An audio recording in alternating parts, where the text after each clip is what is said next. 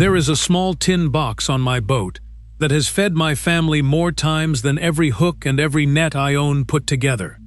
Inside it, there is no lure, no powder from a shop, no secret oil with a brand name on it.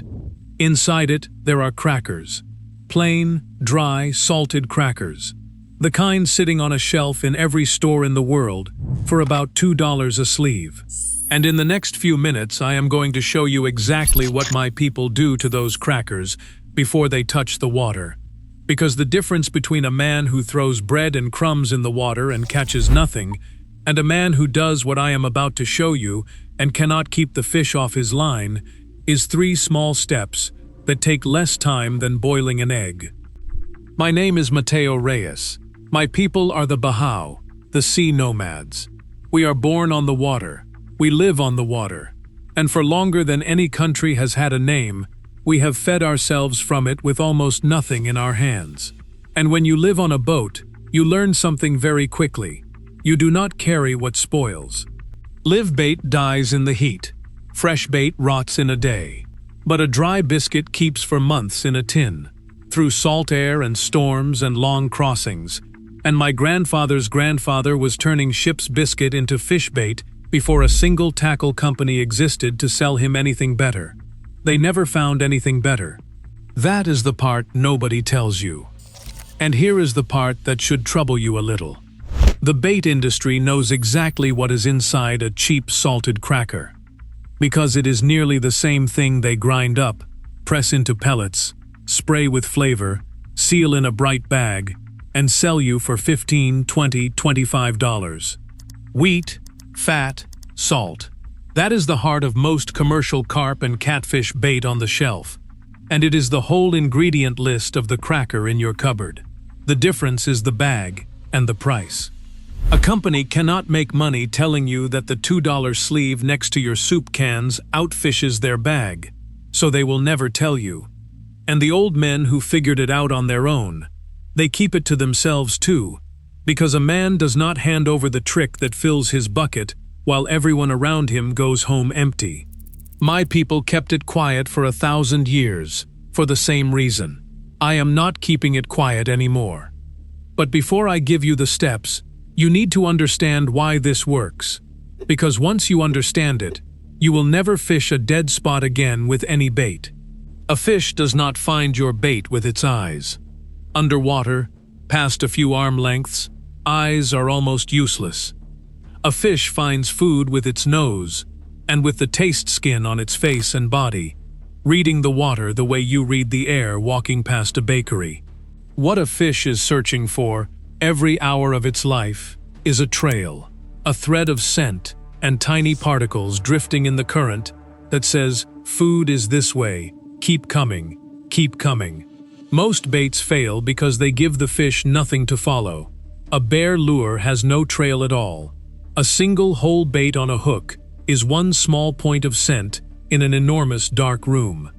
The fish that swims past 20 yards away never knows you exist. None of what I am about to show you came from me being clever. It came from 1,000 years of my people going hungry when they got it wrong, and from my grandfather, who put every piece of it into my hands and made me repeat it back until I had it right. When I finally understood that almost nobody outside my people would ever be taught any of this, I wrote it all down. Every bait, every knot, every way of reading the water, the whole of it, is in one book at MateoReyes.com. The book is the long version.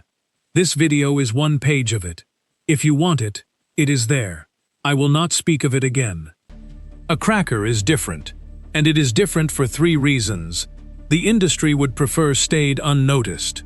First, it is dry, drier than almost anything else you could put in water. And the moment a dry thing hits water, it drinks, and as it drinks, it breathes out. A crushed cracker releases a slow, constant cloud of fine, pale dust, and salt and fat into the current. And that cloud does not sit still. It stretches. It becomes a road, sometimes longer than you could cast, and every fish that crosses that road turns and follows it upstream, straight back to the source, straight back to you. Second, the fat. A cracker is baked with oil, and oil leaves the crumb and rises, flashing a faint slick and carrying scent up through the whole column of water. So you are not calling fish on one floor of the house. You are calling every floor at once, top to bottom. And third, the salt. Salt pulls water, salt carries taste, and fish read salt from a remarkable distance. Bakers put those three things in a cracker to make a man keep reaching into the sleeve. It turns out they built, by accident, almost the perfect machine for pulling fish across a lake. The companies noticed. They just noticed quietly. Now the trick itself. 3 steps. Do them exactly. Step 1. Crush, but crush twice. Take 1 sleeve of plain salted crackers, the cheapest in the store, and cheaper is truly better here, because the cheap ones are drier and saltier, which is exactly what we want. Crush half of them into fine dust, like sand, like flour. Crush the other half only roughly, into pieces the size of your smallest fingernail. This is the part everyone skips, and it is half the secret. The fine dust is the messenger. It makes the cloud, the long trail, the call that travels. The rough pieces are the promise. Small, solid crumbs a fish can actually pick up and eat, so that when it arrives it finds real food and stays, circling, feeding, telling every other fish nearby with its movement that the table is open. Dust with no pieces calls fish in and gives them nothing, and they leave. Pieces with no dust feed the one fish that stumbles onto them and calls no one. You need both, and you need them together. Step 2. Bind it the sea nomad way. Take 1/3 of your crushed mix and add water. And if you can, use water from the spot you are fishing, because a fish trusts what smells like home.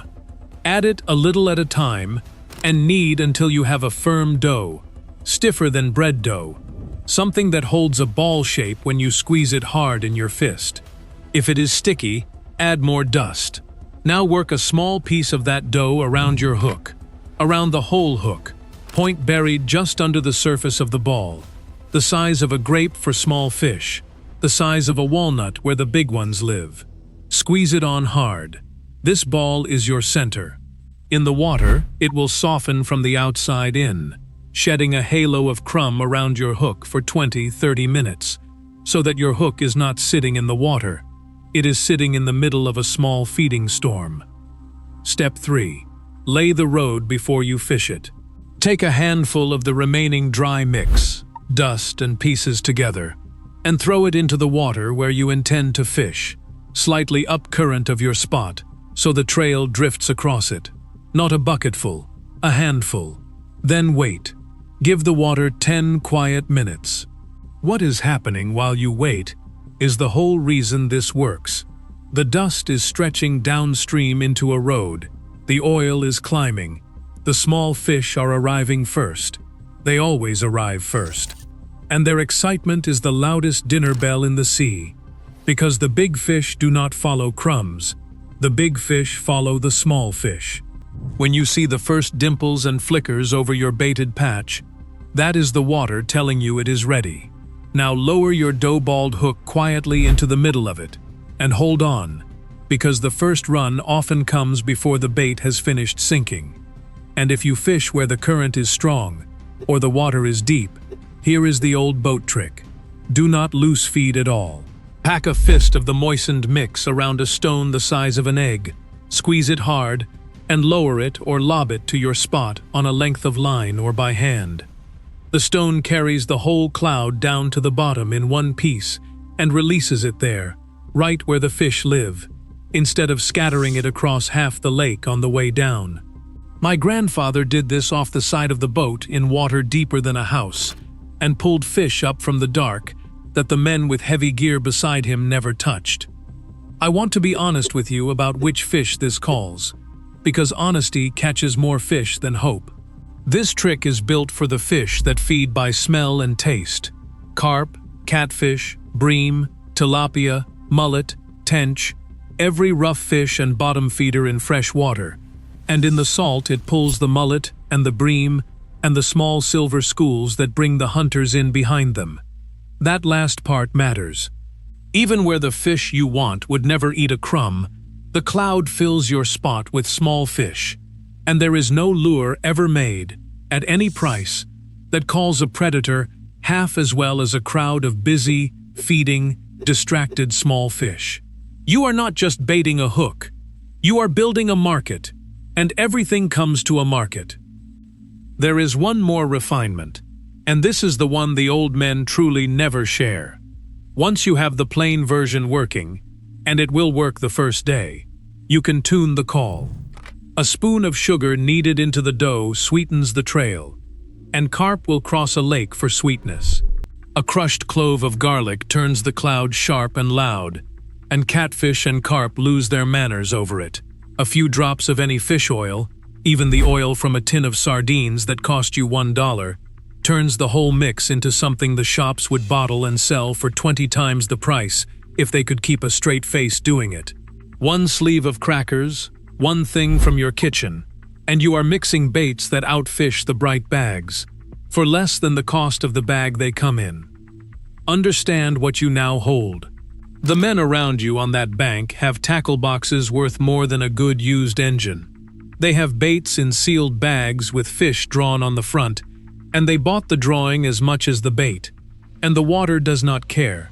The water has no shelf and no brand and no price tag. Underwater there is only scent, trail, salt, oil, and the oldest hunger in the world. And a $2 sleeve of crackers, prepared the way my people have prepared dry biscuit since before those companies had names, speaks that language more fluently than almost anything money can buy.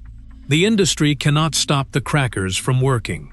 All they can do is hope you never try. Most men never do. They walk past the answer in the store every week, pushing a cart, on their way to spend 10 times more for something that works half as well. So here is your task, before the week is out. Buy one sleeve of the cheapest salted crackers you can find. Crush half to dust, half to crumbs. Knead a third into a stiff dough with water from your spot. Throw one handful of the dry mix-up current. Give the water 10 quiet minutes. Then lay a walnut of dough on your hook into the middle of the feeding, and keep your hand on the line. One sleeve, one evening. Then come back here and tell me in the comments what happened, and what water you fished, and what you pulled out of it. Because I read every one, and the stories from that first evening are the reason I finally stopped keeping this quiet. And if you want the old ways every week, the ways of people who fed their children from the sea with nothing a shop would sell, follow along. No sponsor pays me, no brand sits on my table, and I have nothing to sell you but what 1,000 years on the water taught my family for free. Next time, I am going to show you what we do with a single clove of garlic, the loudest bait smell my people ever found, the one the old fishermen on every river in the world use in silence and deny with a smile, and the one mistake almost everyone makes with it that sends the fish the other way. Until then, keep the crackers dry, keep the trail long, and let the water do the calling. The fish were never ignoring you. They simply never knew you were there. Now they will.